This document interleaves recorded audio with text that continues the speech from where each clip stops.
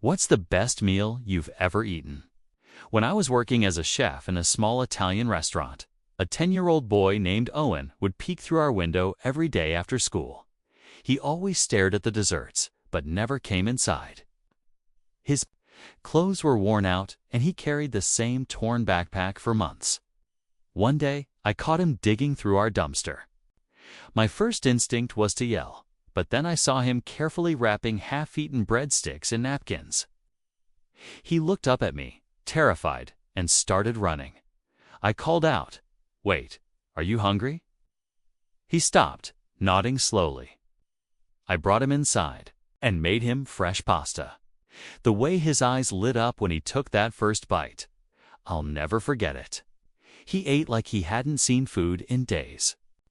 When I asked about his parents, he told me his dad had lost his job 6 months ago and his mom was sick with cancer. They could barely afford her medications. Owen started coming by every afternoon to teach him about cooking while feeding him. Dinner, he was a natural in the kitchen, always asking questions about ingredients and techniques. The restaurant owner, Tony, noticed but never said anything. He'd just smile and look the other way. Then one evening, Owen didn't show up. Days passed with no sign of him. I was worried sick. A week later, he appeared at closing time with a man who looked twice his age from stress. His father, Jack R. "You, the chef who's been feeding my son." Jack's voice was shaking. I thought he was angry, but then he started crying. He told me they'd been living off canned food, skipping meals to pay for his wife's treatment. Owen had been sharing the food I gave him with his little sister. I did something crazy that night. I offered Jack a job washing dishes. Tony agreed immediately, even offered to advance him 2 weeks' pay. Jack worked harder than anyone I'd ever seen. Within a month, he was learning to cook.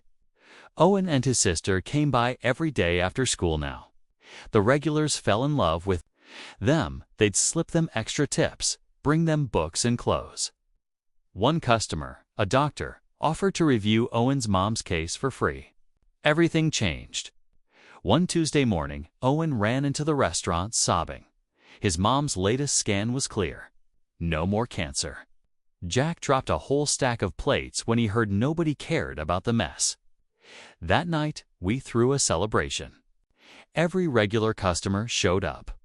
The doctor who helped them brought his entire family. Tony closed the restaurant early, and we cooked Owen's mom's favorite meal. The recipe she'd taught Jack when they first started dating. When she walked in using a cane but smiling, Owen ran to hug her. He proudly showed her around the kitchen, explaining every tool and technique I'd taught him. She cried when she tasted the food, saying it was just like she remembered. The next week, Jack was promoted to line cook. Owen's mom started handling our bookkeeping once she got stronger. They moved into a better apartment, and Owen got new clothes. That evening was unlike any other night we had experienced at the restaurant. The warm glow of the kitchen lights spilled out onto the quiet street as the usual clatter of utensils and hum of the stove filled the air with comforting familiarity. But tonight, the atmosphere was charged with something else: hope, joy, and a sense of family that no one had dared to expect. We gathered around the long wooden table in the dining area, a space that normally buzzed with strangers, but tonight was filled with people who had come to care deeply for the Johnson family. Tony had asked everyone to arrive early, saying simply, "Tonight, we celebrate more than just food." As the dining room filled with smiling faces, laughter, and quiet conversations, I watched Owen beam with pride. For a boy who had once been a shadow on the street, peering through our window, his presence now commanded attention, respect, and love. Jack was in the kitchen, helping me prepare the dishes, his hands steady, his spirit renewed. He had come so far from the man who once trembled with fear and shame, now eager to learn and prove his worth. The kitchen wasn't just a workplace anymore. It was a sanctuary. The meal we cooked was a tribute to resilience and love, the recipe his wife had taught him during their early days together. She used to say that food wasn't just nourishment, it was a language of the heart. Pasta simmered gently, infused with garlic and fresh tomatoes from the garden. We made the sauce rich and slow-cooked, letting the flavors meld into a warm embrace. Fresh basil was chopped and sprinkled delicately on top, a fragrant reminder of summer days and gentle breezes. We served warm bread that had been baked that afternoon, with olive oil infused with rosemary for dipping. The salad was simple but crisp, with the first arugula of the season, kissed lightly by lemon and salt. Owen's mom entered, supported by her cane, her smile radiant and full of a quiet strength. As she tasted the first bite, her eyes shimmered with tears. "This tastes like home," she whispered. "Like the days before the sickness stole our smiles." I could see the weight she carried begin to lift the long nights, the endless hospital visits, the fear that had shadowed her family. Owen, filled with excitement, took her by the hand and led her around the kitchen. He explained the purpose of every tool with passion and knowledge, how the knife needed to be sharp to respect the vegetables, how seasoning was an act of kindness, not control. The restaurant echoed with genuine laughter and stories exchanged between old regulars and new friends. The doctor who volunteered his expertise sat across from Tony, casually chatting as if years of friendship had passed between them, as the plates cleared and the candles dimmed. I caught Jack's eye. There was gratitude there, deep, an unspoken thank you for a second chance, for a community that refused to turn its back when life was at its darkest. The next weeks were a testament to transformation. Jack thrived in the kitchen, moving from dishwashing to line cooking. Each day, he grew more confident, more skilled. He no longer carried the weight of despair, but walked with purpose.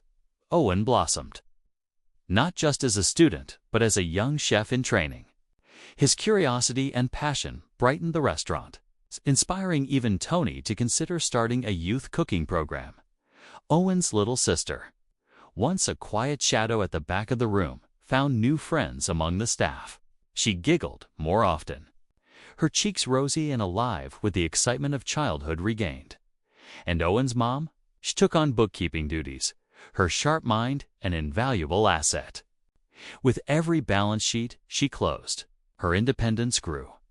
Their new apartment was brighter, filled with the warmth of a family reunited and supported. Winter coats replaced worn jackets, school supplies replaced tattered notebooks, and hope replaced fear. To me, the best meal I ever ate wasn't just delicious. It was a feast of second chances, love, and the quiet power of a community that refused to let a family fall apart. It was a reminder that food connects us not just to each other, but to our memories, our resilience, and our shared humanity. That night, surrounded by full bellies and fuller hearts, I knew I'd witnessed something truly unforgettable. Story 2. After 10 years of You're Not on This family vacation, I booked a $14,000 private villa in Santorini alone. 3 days later, they arrived uninvited. Mom smiled. "We thought we'd surprise you. You can cover the rest." I said, "Understood." I paused access to the shared travel wallet and adjusted their airport transfers. At dinner, the waiter whispered, "Dad." Froze. They canceled everything.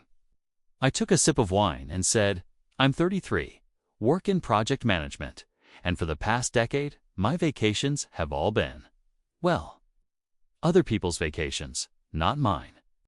Every summer since I was 23, my parents and my younger sister, Leia, have flown off to some family getaway without me, no matter how much I asked, hinted, or offered to help plan.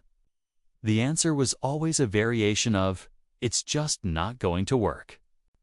This year, we've already booked everything. You're busy with work anyway. Truth, I wasn't too busy. They just didn't want to include me. The first time it happened, they claimed it was because there weren't enough rooms in the rental house. The second time, Leon needed bonding time with Mom and Dad after a breakup. After that, They stopped bothering with excuses. I'd see the group. Photos on Instagram, smiling in Santorini, drinking cocktails in MCOs, exploring a Maui, and every time it stung. But here's the kicker. In those same 10 years, I've also been the one covering unexpected bills. A shortfall on the property taxes. I covered it. Dad's dental implants. I chipped in. Kayla's temporary move back home that somehow lasted 2 years. Paid her phone bill the whole time because she needed every penny for rent. Family helps family, right? That's what I told myself. But somewhere along the way, helping turned into funding. Last winter, after another round of, "Oh, we're going without you this year," something shifted in me. I thought, fine. If I'm not part of your family vacations, I'll have my own. So, I booked it. A $14,000 private villa in Santorini, ocean view, infinity pool, the works. Just me, my laptop, and 2 weeks of doing whatever I wanted without a single guilt trip. I didn't tell them. I didn't post about it. I wasn't doing it for revenge. I just wanted peace, or so I thought.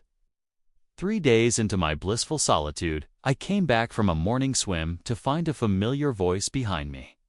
Surprise! I turned, dripping. Salt water, to see all 3 of them, Mom, Dad, and Leia, dragging their suitcases across the patio. Mom beamed like she just pulled off the surprise of the century. "We thought we'd join you, and since you already have the villa, well, you can cover the rest." I stared at her for a solid 3 seconds, processing the audacity. Then I smiled, understood, and that's when the real vacation began for me. I didn't become the bank overnight. It happened by inches, wrapped in just this once. At 23, I paid the penalty to change Dad's flight when he missed his connection. At 24, I covered Ila's rent for 1 month after she quit her job to find her passion. At 25, I put a new water heater on my card because the house would flood otherwise. They said they'd pay me back in spring. Spring became a shrug. The vacations started the same year. I saw a photo of them in Santorini. Mom in a sun hat. Yella with a blue door behind her. Dad holding up a glass. I wrote, "Looks amazing," and got a thumbs up emoji. No invite. When I asked the next year, Mom said, "We already booked a small place. Next time," Dad added. "You're busy anyway." YLA sent a heart and "I love you" like I was a distant cousin. Meanwhile, they asked for help between trips. I was good with money. Translation: I had savings and boundaries they didn't respect. I built a simple system to stop the chaos. A shared travel wallet for family emergencies. Deposits in, expenses out, tracked. I set it up after Dad's dental bill exploded. I invited all 3, explained the rules on a call. Transparent, equal, no surprises. They loved it when it funded their surprises.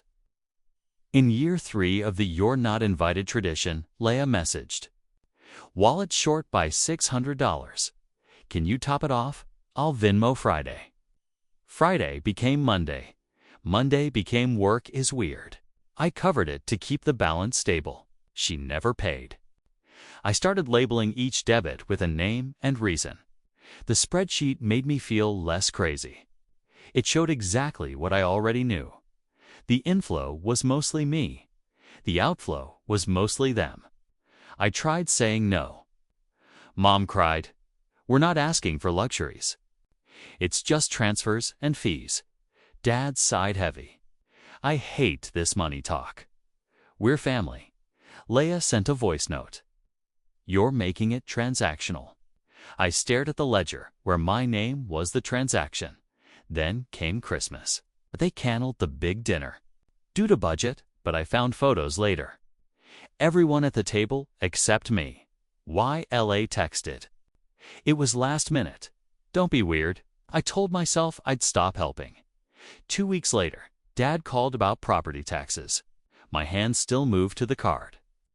I kept waiting for one of them to notice the pattern. They noticed the card number. Last year. Mom floated a big redemption trip idea. What if we all do Greece next summer? Family healing. I said yes, thinking maybe the tide was turning. I laid ground rules. Everyone buys their own flights.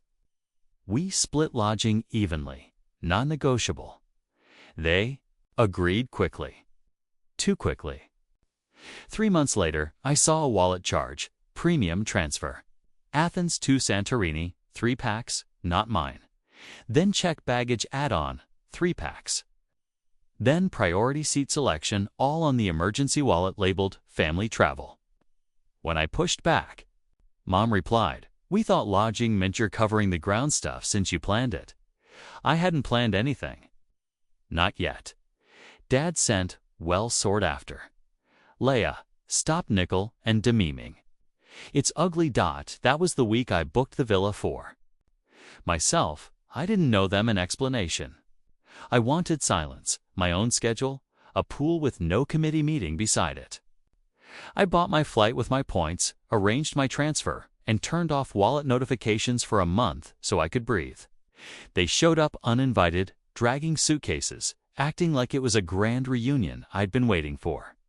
Mom smiled as if this was all perfectly normal. Leia did a slow circle with her phone, filming.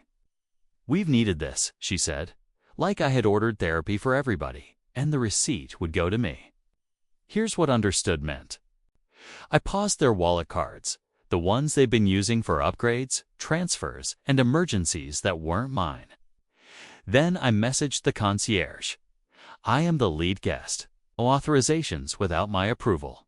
2 single-night guest passes, 4. Relatives, after that, day access only. Please confirm." Next, airport transfers. I found their booking in the email thread Mom had forwarded to show me how much trouble she'd gone to. I called the company and moved their return pickup to the earliest ferry day. Not the late-night seaplane they'd chosen on my wallet. Family emergency change plans, I said. Truth, the emergency was my boundary. At lunch, Mom dropped her napkin and asked for a seafood feast on the house. Dad chuckled and said the word treat 3 times. I paid for my salad and let them order what they wanted. Every tap on the table was loud. In the afternoon, I checked the spreadsheet and backfilled the last year. Luggage fees, cabin upgrades, lounge passes, and airport hotel due to fatigue. 3 clothing purchases tagged urgent weather. 2 spa days labeled Leia's anxiety.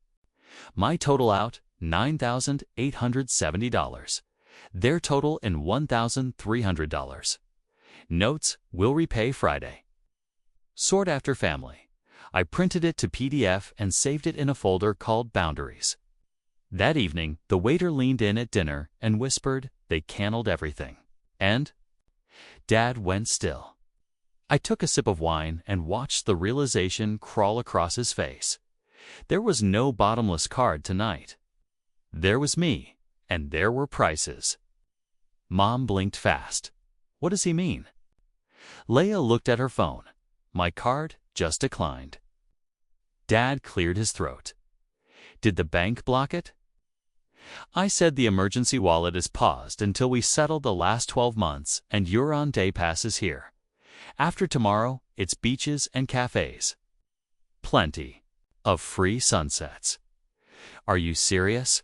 Isla asked, voice sharp. We flew across the world. You flew across the world on a wallet labeled emergency. I said, here's the ledger. I laid my phone on the table. Lines and numbers, dates and notes. No drama. Just math. Mom went straight to the script. You're embarrassing us. I shook my head. I've been embarrassed for 10 years tonight. I'm being clear.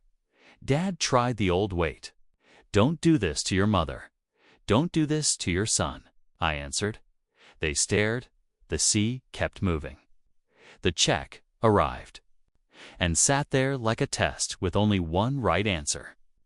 I let the silence do its work. Then I smiled at the waiter and reached for my own portion. Only Mom's smile that first night in Santorini said it all. She thought she'd pulled off some kind of heartwarming family reunion. Dad froze. Mom's fork stopped midair. I just took a slow sip of wine. That's correct, I said. You're on your own now. The silence that followed was worth the price of the villa. Dad was the first to break. Okay, we came all this way. I cut him off. No, you crashed my vacation. The one I planned, paid for, and booked for myself after a decade of being told this trip isn't for you. Leia, my sister, rolled her eyes. Oh my God, are you seriously still hung up on that? It was just 10 years, I snapped. 10 years of watching you all post beach photos, while telling me it's not the right time for you to come. But the second I book something for myself, suddenly it's family time. Mom tried her classic guilt trip. We're family. We share experiences. You're being petty. I leaned back in my chair. No, I'm being done. There's a difference. Dad's voice went hard. We didn't bring enough cash for everything. You know we were counting on. I laughed, an actual laugh, and saw his face darken. You've been counting on me since I got my first paycheck. Rent, bills, flights, hotels. I've paid for more family experiences than I've actually been part of. Yala muttered something under her breath about me being dramatic. I didn't let it slide. Dramatic is showing up uninvited and assuming I'll foot the bill. Dramatic is ambushing me in another country. Because you think I can't say no when you're right in front of me. Mom tried softening her tone. Honey, we just thought. Stop, I said sharply. You didn't think. You assumed. The rest of dinner was tense enough to cut with a knife. Every time the waiter passed, Dad would ask about the booking issue, and I'd smile and say, resolved for me. Afterward, I walked back to the villa ahead of them, locked my suite, and poured myself another glass of wine. I could hear them arguing outside. Dad angry, Mom defensive, Leia insisting they should just put it all on my card since it's easier. That night, I sent them a message in the family group chat. I'm leaving the villa tomorrow morning. You're welcome to keep it for the remaining nights at your expense. Good luck. The typing bubbles appeared instantly. Mom, you're overreacting. Lolo, selfish much. Dad, we'll talk in the morning. I muted the chat. The next day, I checked into a smaller hotel on the other side of the island. Alone, I spent the day swimming, eating seafood, and not thinking about whether they'd figure out how to pay for their surprise trip. By the time they called, again, their tone had shifted from entitled to panicked. Apparently, the villa wanted full payment up front for the remaining days their cards were having issues. And the driver they tried to book wanted triple the normal rate for last-minute transfers. I told them the same thing I'd been told for 10 years. Sorry, this trip isn't for you. Then I hung up. They didn't last 3 days in the villa without my card. Day 1, they tried to bluff the concierge. Day 2, Dad called me with that fake friendly tone and said the system made a mistake. Day 3, Isla texted 12 times in a row. Screenshots of declines, dramatic sigh emojis. Then, we're leaving early. Are you happy now? I answered once. Safe travels. I stayed. I swam in the morning, answered a few work emails after lunch, and let my phone live on Do Not Disturb. When I finally flew home, I didn't tell anyone my arrival time. I unlocked my apartment, set down my bag, opened a window, and stood there. No crisis, nobody tugging the rope I'd worn around my neck. The next week was loud anyway. Mom posted a family-leaning caption about rough trips, teaching grace. Leia uploaded a reel about being let down by people you love. Dad called to say I'd humiliated him. I didn't engage online, and I didn't defend myself to their audience. I sent a single email to all three. The ledger, the totals, the repayment plan, and a simple line. I will not fund you. The plan was boring on purpose. Line items, dates, what was paid, by whom, and what was still owed. I added options. One-time payoff within 60 days at a discount or a 12-month schedule with auto-draft from their accounts. No extensions, paused wallet until paid in full. No group trips with me until there was a zero balance and an apology. Boundaries in black. And white. Mom replied first, "We do not owe you. We are family." I answered with the PDF again. Dad wrote, "You're acting like a creditor." I wrote, "Because I've been one." Isla tried pity. "I'm anxious. Money talk makes it worse." I wrote, "Then stop spending mine." Silence. Finally, a good kind work. Noticed. Not about the trip, about me. I went to the gym before meetings instead of staying up to Zelle someone's Uber. I logged off at 6 o'clock and didn't carry a crisis into the next morning. My boss asked if I changed something. I said, "I stopped saying yes to the wrong things." Ellie said, "Keep that up." On the third Friday, Mom called crying that Dad's card had been declined at the pharmacy. The old me would have driven across town and paid cash at the counter. The current me asked, "Where's Dad?" She handed him the phone. I read the plan aloud. "There's a hardship form in the email," I said. "It reduces the monthly amount, but you still pay something. I will not be your emergency." He tried the heavy voice. I kept my neutral. When he realized I wouldn't budge, he hung up. 2 hours later, I saw a notification. First autodraft completed from Dad's account. No apology attached. I didn't require one to process the payment. Lala came next. She needed help with her lease. Renewal fee. I told her to sell the designer luggage. She'd tag me in and start a separate savings account labeled fees. She wrote 3 paragraphs about feeling unsupported. I answered with a sentence, "You are an adult." 2 days later, she listed the luggage online and paid the fee herself. Then she sent me a forward text. I did it alone. I replied, "Good." Mom tried a different tactic, the cousin triangulation. Suddenly, I got messages from relatives I hadn't heard from in years, each one carrying a piece of her version. I ignored the noise and sent the same PDF to anyone who asked for my side. Facts don't need adjectives. Most people stopped messaging. One aunt sent a thumbs up.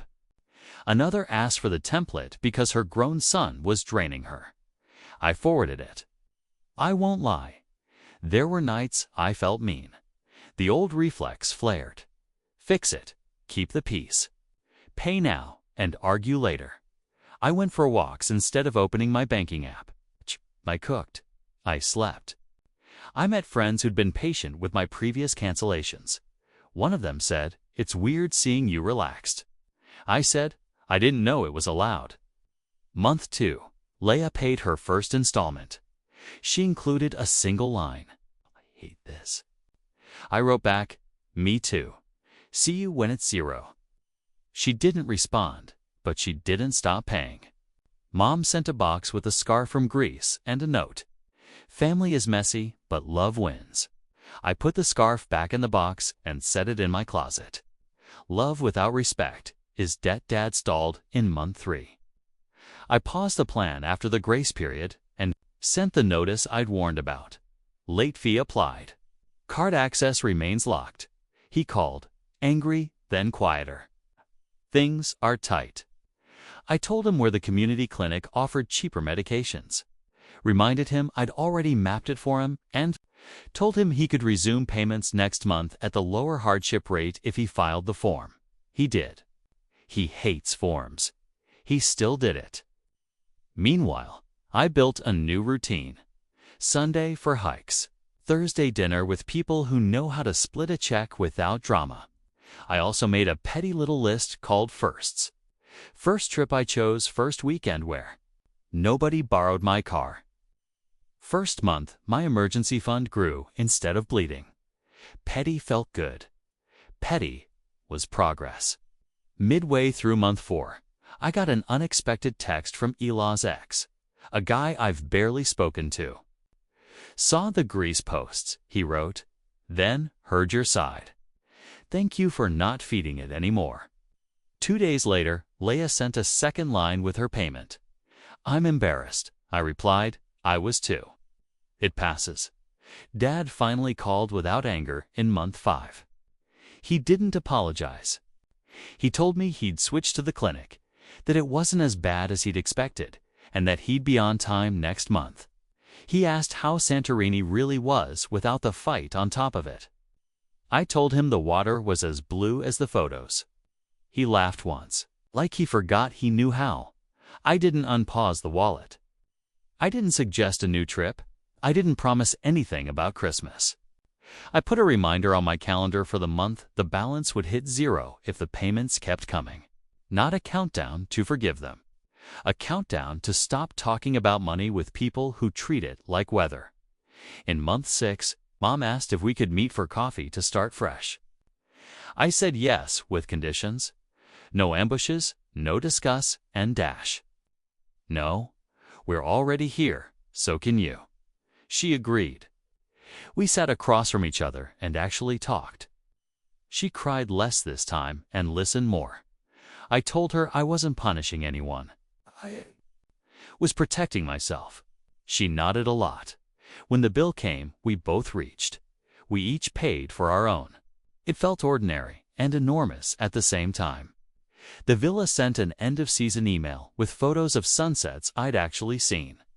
I saved one to my desktop, not as a trophy, as a line in the sand where the water meets it and keeps moving. Boundaries can be quiet like that. No speech, no spectacle, just a tide that no longer lets certain things in. I didn't become a different person. I became the same one minus the overdraft of other people's choices. The ledger wasn't the point. It was the tool. The point was this. I keep what I earn. I give what I choose. And I stop where I say stop. I didn't hear from them for weeks. After I left Santorini, no passive-aggressive texts, no group chat guilt trips, just silence. At first, it was unsettling. My family had never been this silent treatment type. They were more send 40 messages until you give in. But this time, nothing. It gave me space. To breathe, I started my mornings with coffee and no phone. Walked to work without checking notifications, and actually, Jay enjoyed making plans without wondering if I'd have to cancel because something came up with the family. About a month later, Mom sent a short email, not a long guilt speech. Just, we're disappointed in how you acted, but we understand you've made your choice. I didn't reply. There was nothing left to debate. Dad tried next. Kay's single text about how family sticks together, and we were just trying to be part of your trip. I put the phone down because in his version of events, I was the one who ruined it. I'd heard that story too many times. What I didn't expect was my sister calling 2 weeks after that. She didn't start with accusations. She just said, I didn't realize how much they've been leaning on you all these years. I guess I'm next in line now. There was a tired laugh in her voice, and I knew exactly what she meant. We talked for an hour. For once, it wasn't about money or favors, just about life. She admitted she used to think I exaggerated about Mom and Dad's demands. Now I get it, she said quietly. That was the first time in years I felt a little less alone in my own family. We're not close yet, but it's something. As for me, I started planning another trip, smaller this time. Just a week in the mountains, no group invites, no shared wallets, no one asking me to cover the rest. I set boundaries, and for the first time, I didn't break them the second someone pushed back. The thing about drawing a line is people either learn to respect it or they learn to live without crossing it. Either way, I finally get to keep my peace, and I'm not giving.